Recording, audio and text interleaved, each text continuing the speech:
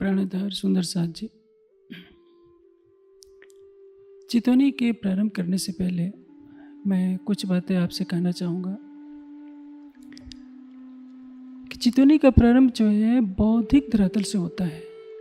हमने सागर श्रृंगार परिक्रमा का चिंतन मनन किया है। उसके आधार पर हम जानते हैं कि इस जगत से परे कैसे बेहद है, बेहद के परे परम धाम है। और सागर श्रृंगार पढ़कर नख से सिख तक राज्य श्यामा जी की शोभा को हम अच्छी तरफ से जानते हैं। उसका हम मनन करते हैं, भाव लेते हैं कि ऐसा है ऐसा है। तो यथार्थ में ये चितवनी की शुरुआत है, वास्तविक चितवनी नहीं है। वास्तविक चितवनी का तात्पर्य यह है कि मन और बुद्धि की क्रियाशीलता सब समाप्त हो जाए, आपकी आत्मा अपनी अंतर्दृष्टि से प्रत्यक्ष देखे कि वास्तव में है क्या। जैसे आपने पढ़ लिखा है कि राजी के गले में 5 हार हैं, 6 हार हैं, ये 4 हार हैं।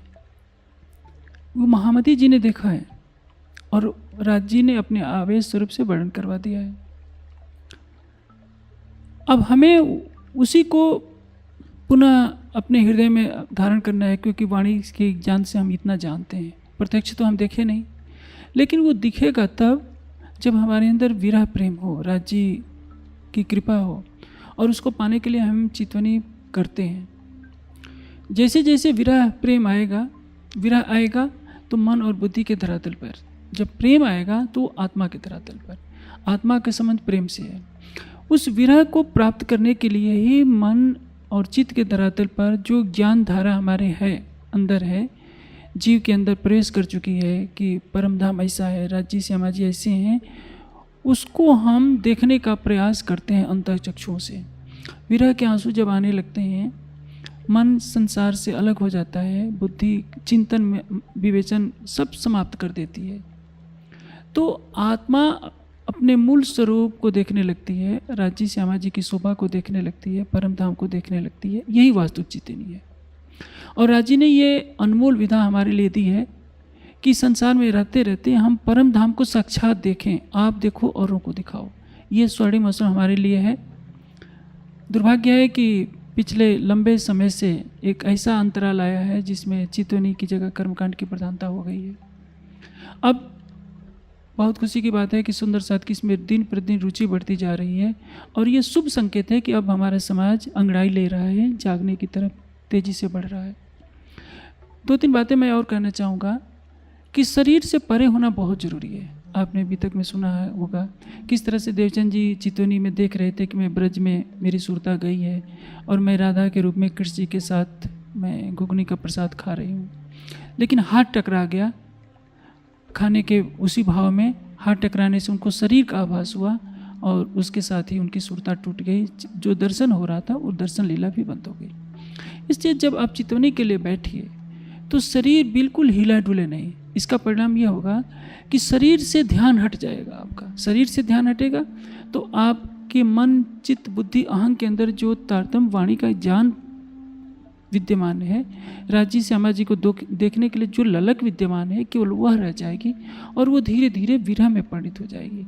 यदि शरीर स्थिर नहीं होगा तो परिणाम ये होगा कि शरीर पर बार बार ध्यान जाएगा, संसार में आपकी सुरता बार बार बनी रहेगी और आप अपने अंतःचक्षुओं से राज्य की शोभा को नहीं देख पाएंगे। इसलिए पहली चीज़ है, शरीर को पूरी तरह से जितनी देर स्थित करते हैं कीजिए, क्योंकि चितवनी बुद्धि का विषय नहीं है, चितवनी प्रेम का विषय है।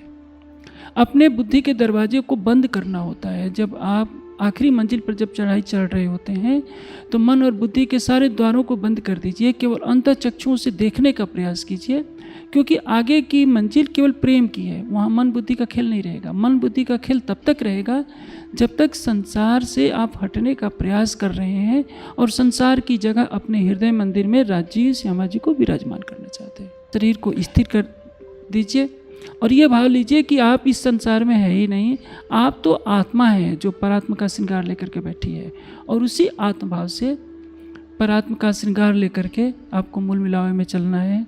और मूल मिलावा भी ये भी भाव रखिए, धीरे धीरे आपको ऐसा प्रतीत होगा कि आपके हृदय मंदिर में ही सारा कुछ दिख रहा है। तो चितवनी अक्षरातीत के हृदय की ऐसी संपदा है जिसने यहीं इसी संसार में रहते रहते आपको अधिकार दिया है कि नख से सिख तक राज्य की शोभा को देखिए, उनके दिल में डुबकी लगाइए और उनके दिल के भेदों को भी जान जाइए जो अनादिकाल से आज तक आप जानते नहीं थे।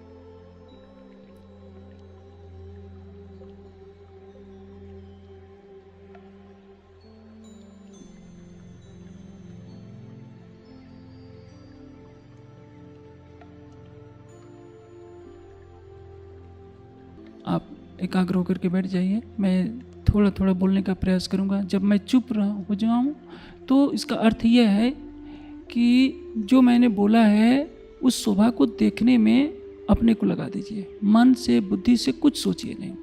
जब आप तारतम का 1 या 2 बार जब भी जप कीजिए तो जीभ नहीं ले, होठ नहीं ले, क्योंकि जितना आप मन बुद्धि से, शरीर से परे होते जाएंगे उतनी ही चितवनी की गहराई में आप पहुँचते जाएंगे। अन्यथा ये तो केवल याद किया हुआ उसको दोहराते जाए, ये चितवनी नहीं है। ये तो इसको एक तरह से चर्चा नहीं कर सकते हैं। जैसे आप देखते हैं चर्चनी की क्लासें चलती हैं तो वृत्तियों को पढ़कर हम सारे दोहराते हैं कि ये लंबा है, इतना चौड़ा है। चितवनी जो क्रियात्मक रूप है, मन बुद्धि से धीरे धीरे हटकर केवल अंतः चक्षुओं से देखना। चितवनी का अर्थ ही होता है अंतः चक्षुओं से देखना, और उसमें आपको आगे बढ़ना है। अब मैं प्रारंभ कर रहा हूँ। आप सब सुंदर साथ उसी भावना में डूब करके अपने को युगल स्वरूप के चरणों की तरफ ले चलिए।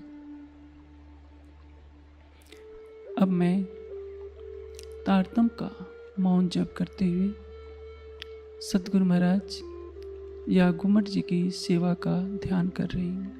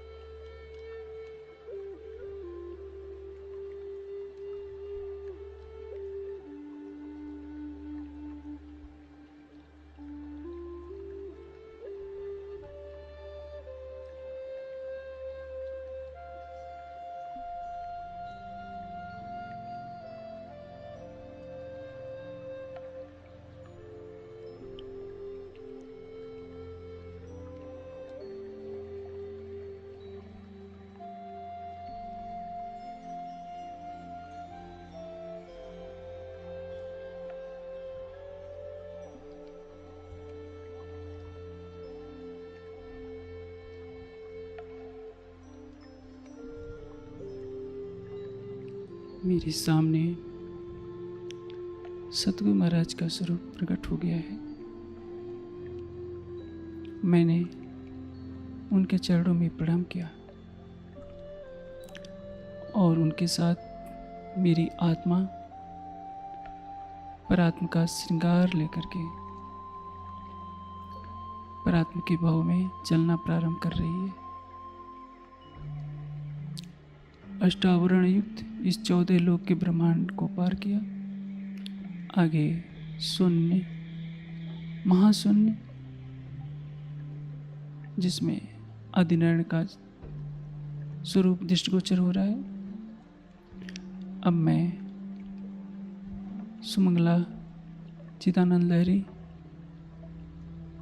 को पार करते हुए अखंड ब्रजराज सबले केवल सत्स्वरूप से होते हुए सर्वरस सागर के लिए प्रस्थान कर रही हूँ। परम धाम में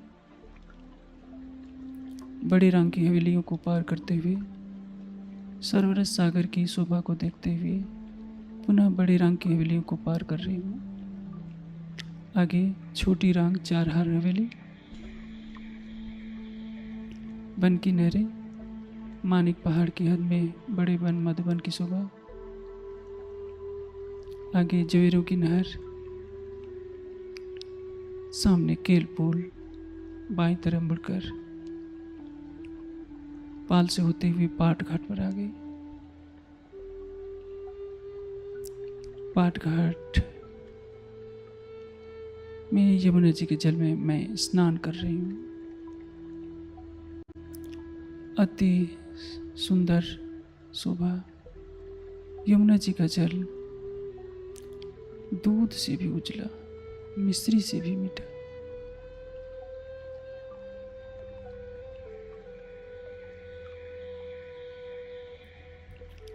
अब मेरा शरीर नख से सिख तक श्यामा जी की तरह दिख रहा है हूबहू। मैंने उसी परम धाम के भाव में श्रृंगार किया। अब यमुना जी की पाल को पार कर अमृत वन की रौं से होते हुए मैं चांदनी चौक में प्रवेश कर रही हूँ। चांदनी चौक ऐसा लगता है कि हर कण में करोड़ों सूरज का प्रकाश समाया है। लाल हरे वृक्ष की शोभा को देखते हुए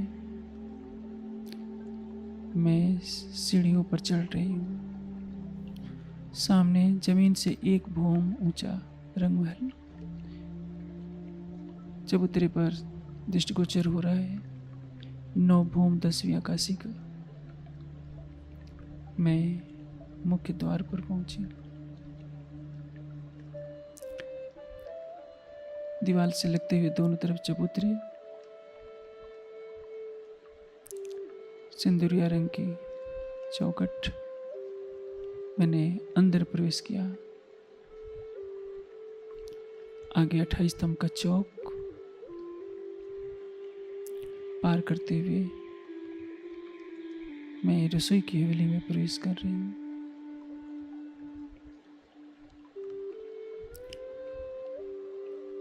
सामने 4 चौरस हवेलियां, हर हवेली के बीच में चबूतरा, चबूतरों के किनार पर थंब, नीचे एक थंबों की हार और उसके बाहर मंदिरों की हार। मैंने चारों चौरस हवेलियों को पार किया। सामने मूल मिलावा गोलाई में दिख रहा है।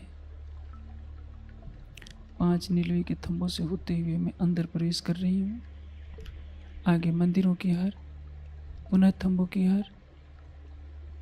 अब चबूतरे पर भी थंबों की हार वही दिख रही है। कमर भर ऊंचे चबूतरे पर मैं चढ़ी। सामने सिंहासन पर युगल स्वरूप दृष्टिगोचर हो रहे हैं।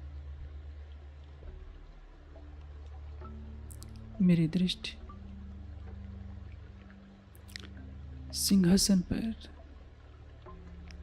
दाएं और मेरे बाएं हाथ की तरफ विराजमान राज्य के मुखार बिंद की तरफ जा रही है।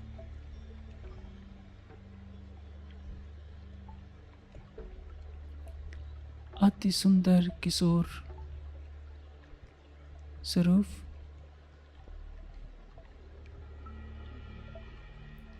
आंखों से ऐसा लग रहा है कि प्रेम का सागर ही उमड़ता जा रहा है। अति सुंदर भौहें, सुंदर माथा, घुघराले बालों की लटें कानों तक दिखाई दे रही हैं। नासिका अति सुंदर,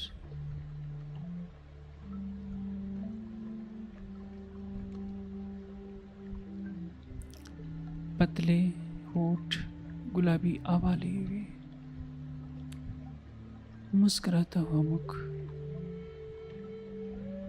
गहरी लालिमा से भरे इस मुख को मैं देखते जा रही हूँ।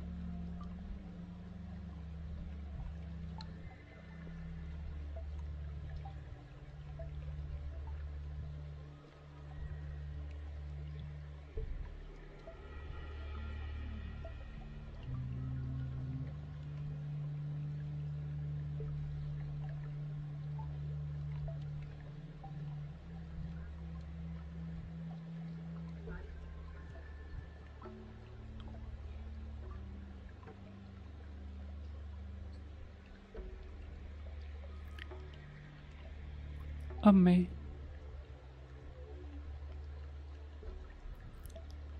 नख से सिख तक राज्य की शोभा को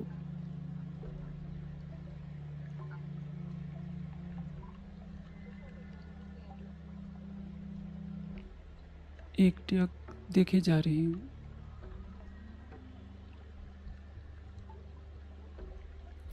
ठुड्डी बहुत सुंदर, कानों में जगमगाते हुए कर्णफूल, गले की शोभा अत्यधिक मनमोहक।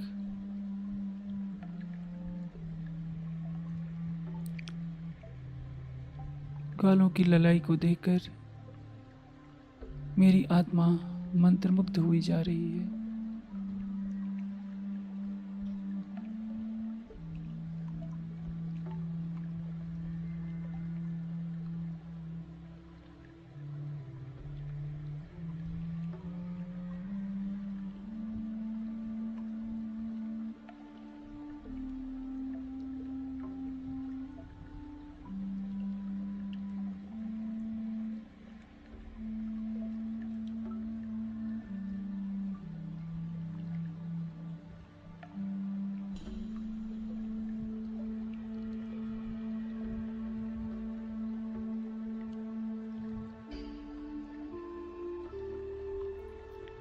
अब मेरी दृष्टि हृदय कमल का अवलोकन कर रही है। अति सुंदर गौर छाती, 5 हार जगमगा रहे हैं हृदय कमल पर। हीरा, माणिक, मोती, नीलवी, लसनिया के सबकी शोभा एक से बढ़कर एक।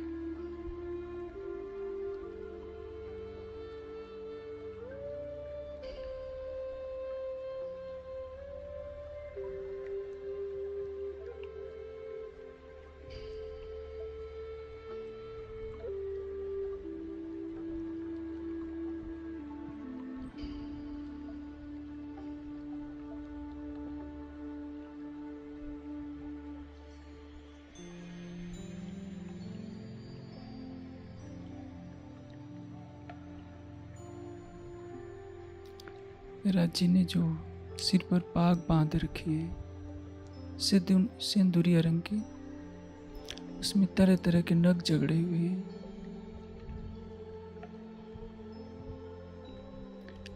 दोनों भुजाओं में बाजूबंद सुशोभायमान हो रहे हैं।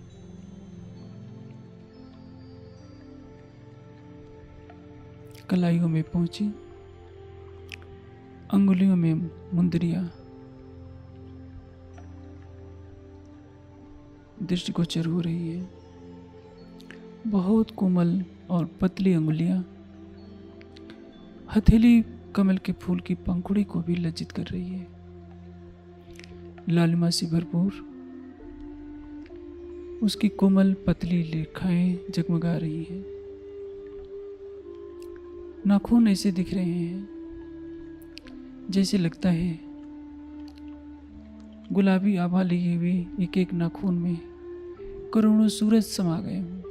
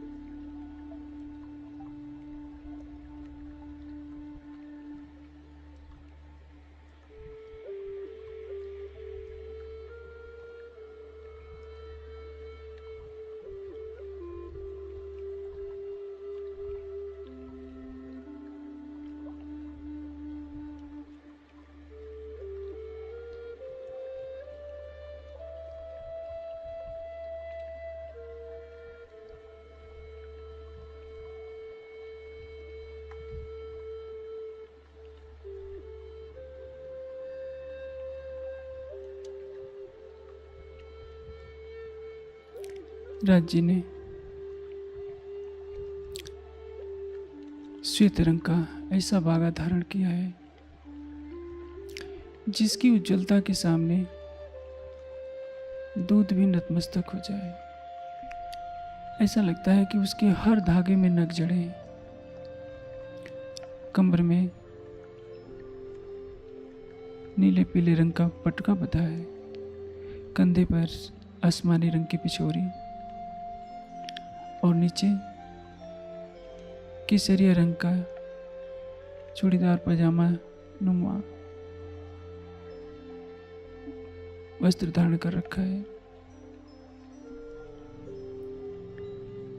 इस केसरिया रंग के इजार के हर धागे में अलग अलग प्रकार के रंग दृष्टिगोचर हो रहे हैं।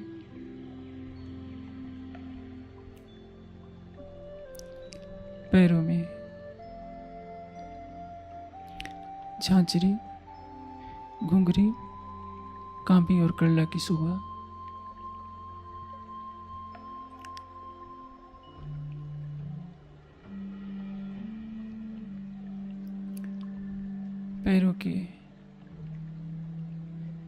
पैरों की एड़ियां, तलाई बहुत ही कोमल है।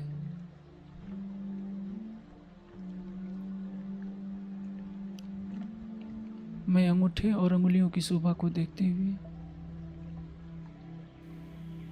उनके चरण कमलों की शोभा को निहारती जा रही हूँ और उन्हें अपने हाथों में लेकर एकटक दिखे जा रही हूँ।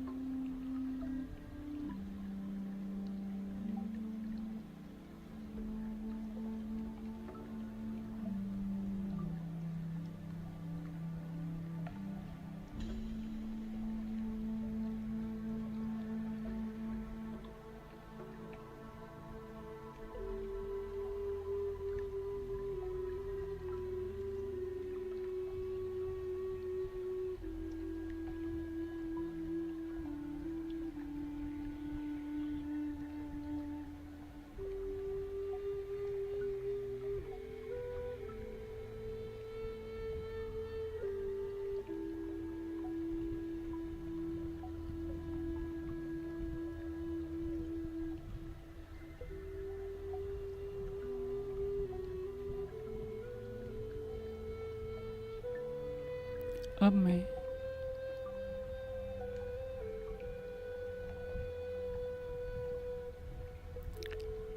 नख से सिख तक राज्य की शोभा को देखकर डूबती जा रही हूँ।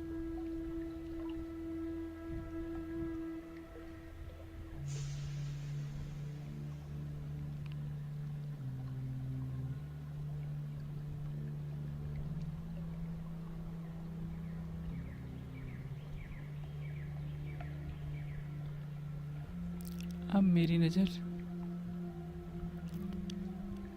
अपने दाईं तरफ और राज्य के बाईं तरफ विराजमान श्यामा जी के मुखारविंद की तरफ पड़ रही है।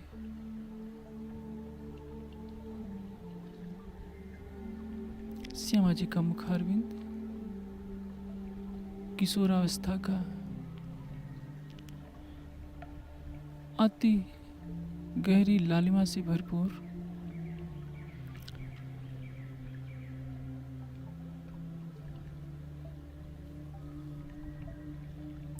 सिंदूरिया रंग की साड़ी सिर के बालों के ऊपर आई है, जिस पर राखड़ी की शोभा है।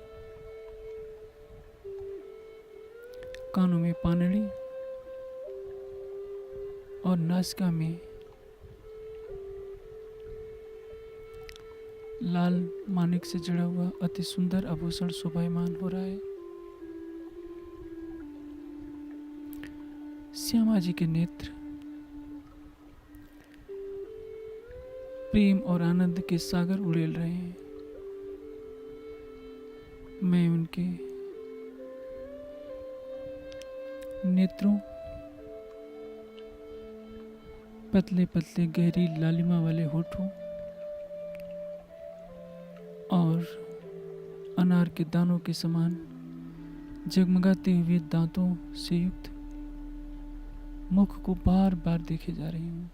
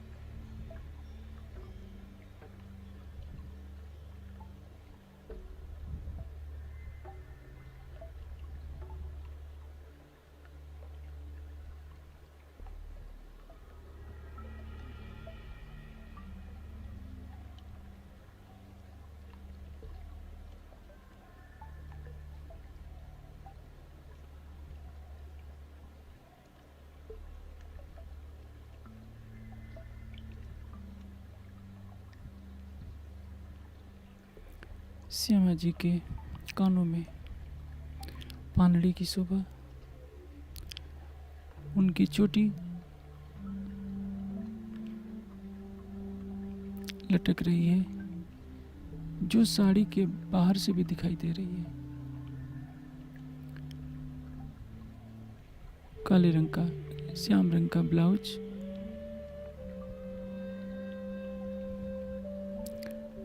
हरे रंग का पेटीकोट और सिंदूरिया रंग की साड़ी में न जाने कितने रंगों के नग जड़े हैं। एक एक रंग नग से अनंत रंगों की किरणें झलक रही हैं। ऐसा लग रहा है कि ये कोई वस्त्र आभूषण नहीं, केवल प्रकाश ही प्रकाश का पुंज दृष्टिगोचर हो रहा है, जिसकी हर किरण से अनंत रंगों की आभा छूट रही है।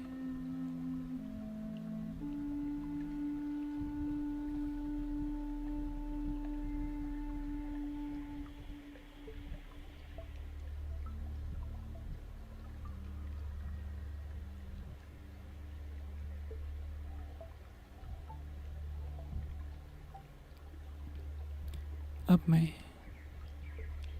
श्यामा जी के हाथों की शोभा को देख रही हूँ। दोनों भुजाओं में बाजूबंद, पहुंची नवघरी नवचूड़, कलाइयों में, अंगुलियों में अति सुंदर मुद्रिकाएं,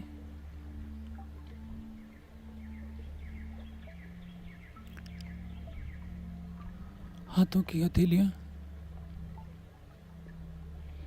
फूल की कोमलता से भी अति कोमल, करोड़ों गुना कोमल, लालिमा से भरपूर, पतली अंगुलियां, हथेली, कलाई और उसमें जगमगाते हुए नवघरी और नवचूड़ की शोभा मेरे हृदय में बसती जा रही है।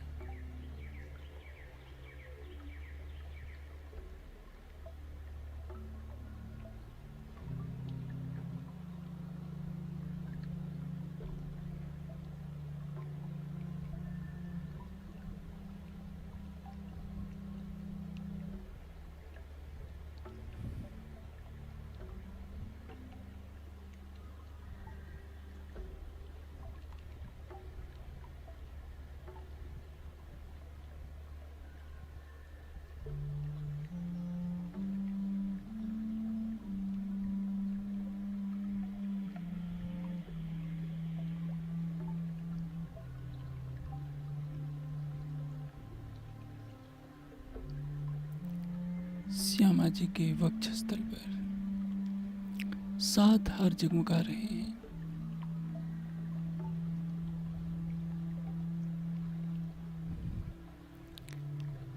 हीरा माणिक मोती नीलवी लसनिया कंठसरी और चंपकली, हर हार की अलग अलग अनुपम शोभा।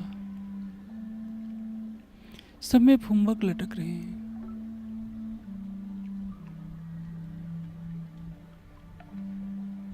अलग अलग प्रकार के नग इन फुमकों में जड़े हुए हैं।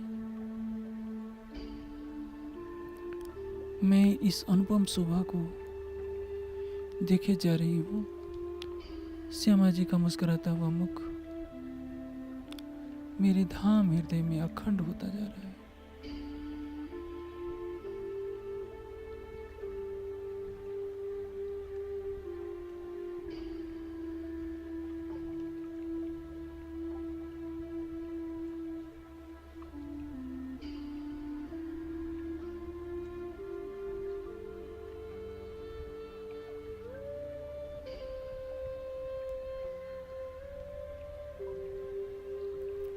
अब मैं श्यामा जी के दोनों चरण कमलों को अपने हाथों में लेकर निहार रही हूँ।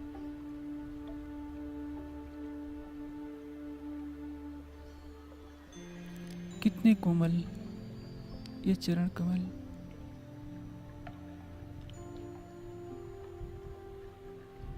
चरणों की एड़ियों में झांझरी, घुंघरी, कांबी और करला की शोभा। अंगूठों में अनवट और अंगुलियों में बिछिया। पैरों की तलियों में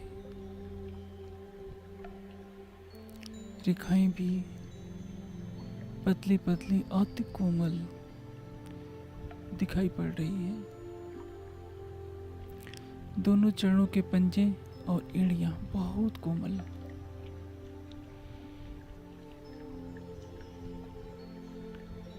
मैं इन दोनों चरणों को एकटक देखे जा रही हूँ।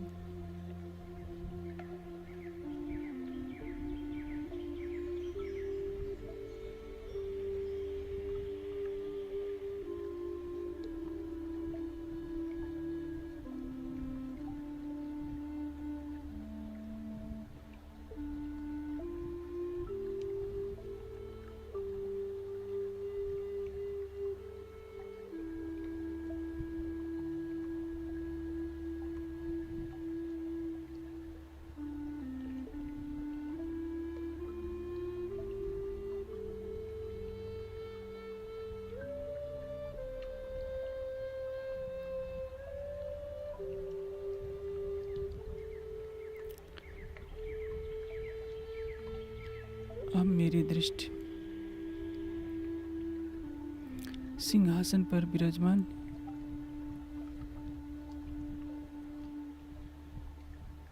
कभी राजी को देख रही है, कभी श्यामा जी को देख रही है। 6 पायों पर अति सुंदर सिंहासन, प्रत्येक डाणे में 10-10 रंग के जवाहरात जड़े हुए हैं। 6 डाणों पर 6 कलश, 2 कलश 2 छतरियों के ऊपर, कुल 8 युगल स्वरूप के ऊपर अति सुंदर छतरी आई है जवाहरातों की, जिसकी सुंदर झालर लटक रही है। लाल माणिक का फूल उसमें दृष्टिगोचर हो रहा है। 2 गादी है, 5 तकिए हैं, 2 पीछे और 3 आगे।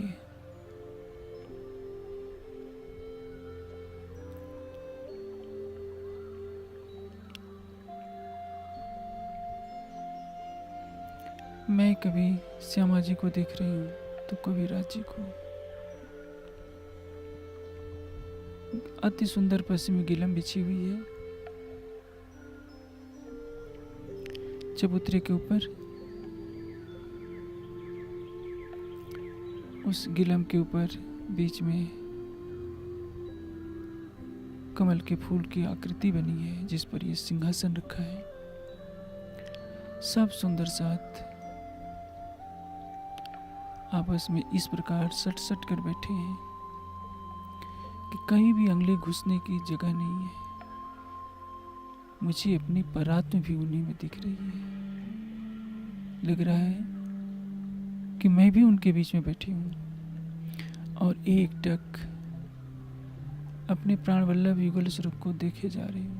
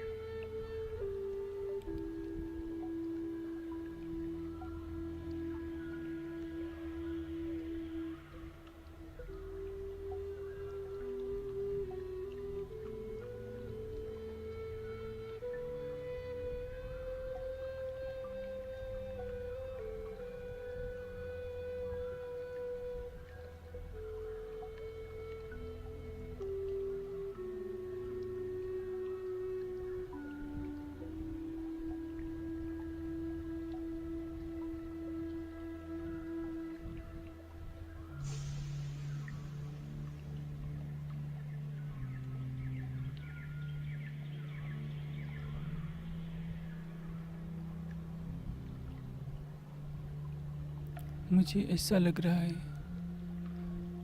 कि जैसा मेरा श्रृंगार है वैसा ही सब सुंदर साथ का और वैसा ही श्यामा जी का। मुझे लगता है कि मेरे दिल में युगल स्वरूप है, सब सुंदर साथ है और सबके दिल में मैं हूँ। यहाँ तक कि चबूतरे पर जो कुछ दिखाई दे रहा है, चंदवा अति सुंदर जिसमें झालर लटक रही है, थंब अति सुंदर पश्चिमी गिलम जिसकी कोमलता का वर्णन नहीं हो सकता, थंबों से लगते हुए तकिए सभी आत्मा रूप में राज्य को रिझा रहे हैं। युगल स्वरूप के मुखारबिंद से इतनी लालिमा निकल रही है कि यह स्वर्णमय सिंहासन भी उसी रंग में रंग गया है। ऐसा लगता है कि हर कण युगल स्वरूप को छिपाए बैठा है और उनको अपना सर्वस्व मानकर उन्हें रिझा रहा है। मेरी नज़र युगल स्वरूप में इतनी लग चुकी है कि हटने का नाम नहीं ले रही है।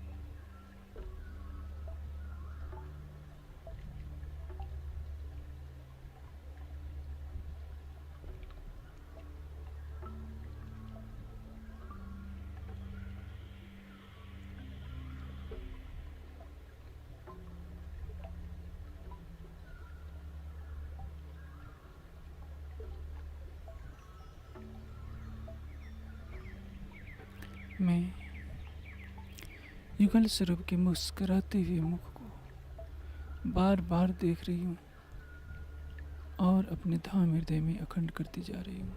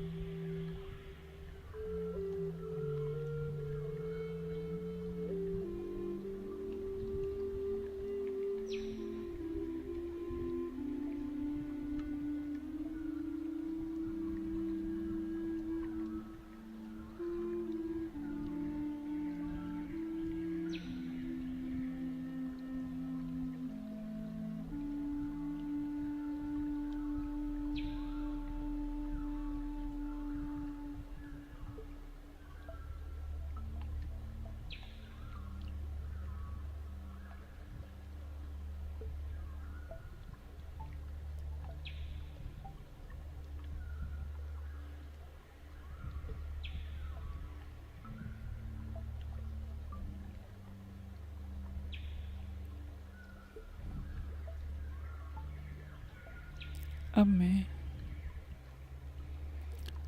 युगल स्वरूप के नख से सिख तक की संपूर्ण शोभा और चबूतरे पर विराजमान सब सुंदर साथ को देखते हुए अब वापस मुड़ रही हूँ। चबूतरे से 3 सीढ़ियाँ नीचे उतरी,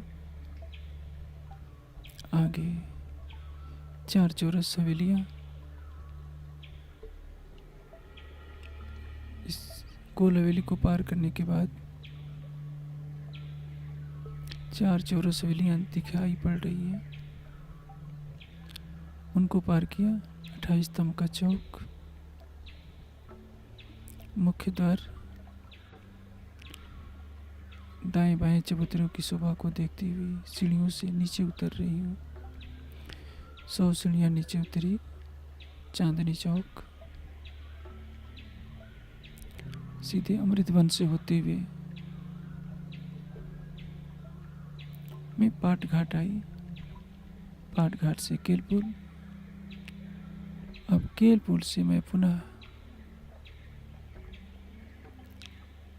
जवेरे की नहरों से होते हुए बन की नहरें, आगे छोटी रांग, 4 हवेली, बड़ी रांग, सरवरस सागर, पुनः बड़ी रांग को पार करते हुए योग माया के ब्रह्मांड में प्रवेश कर रही हूँ। सतगुरु महाराज का स्वरूप पुनः दृष्टिगोचर होने लगा है। सस्वरूप केवल सबलिक से होते हुए रास ब्रज की लीला के ब्रह्मांड को पार करते हुए चिदानंद लहरी सुमंगला से होते हुए काल माया के ब्रह्मांड में प्रवेश कर गई। मोह तत्व आदि नारायण अष्टावरण युक्त इस 14 लोगों के ब्रह्मांड में अपने मूल तन में मैं पुनः आ गई।